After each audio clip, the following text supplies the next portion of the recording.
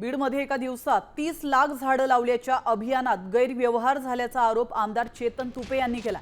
त्याला वनमंत्री गणेश नाईकांनी उत्तर दिलंय। या प्रकरणाची चौकशी करणार असल्याचं त्यांनी म्हटलंय।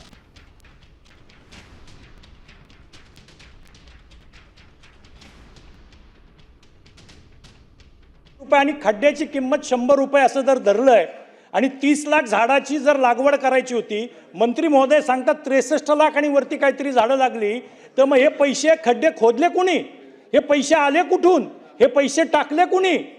आणि परत याच्यामध्ये इंडिया बुक ऑफ वर्ल्ड रेकॉर्ड्समध्ये याचा विक्रम केलाय, तो 30 लाख झाडांचा आहे आणि सरकारकडे उत्तर येते 63 लाख झाडांचं। ही तफावत का?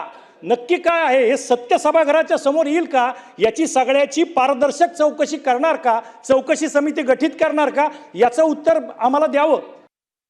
या ठिकाणी निदर्शनास 30 लक्ष वृक्षांचं उद्दिष्ट असताना 63,88,891 रोपं लावली आणि 90% रोपं जिवंत आहेत।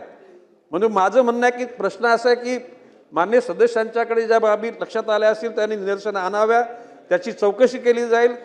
त्या ठिकाणी निष्पन्न मान्य सदस्य सांगतात म्हणजे त्याचे तथ्य असेलच, परंतु ते कुठल्या ठिकाणी घडलेलं आहे याचा अभ्यास करून निश्चितपणे त्याची माहिती त्यांना कळवली जाईल।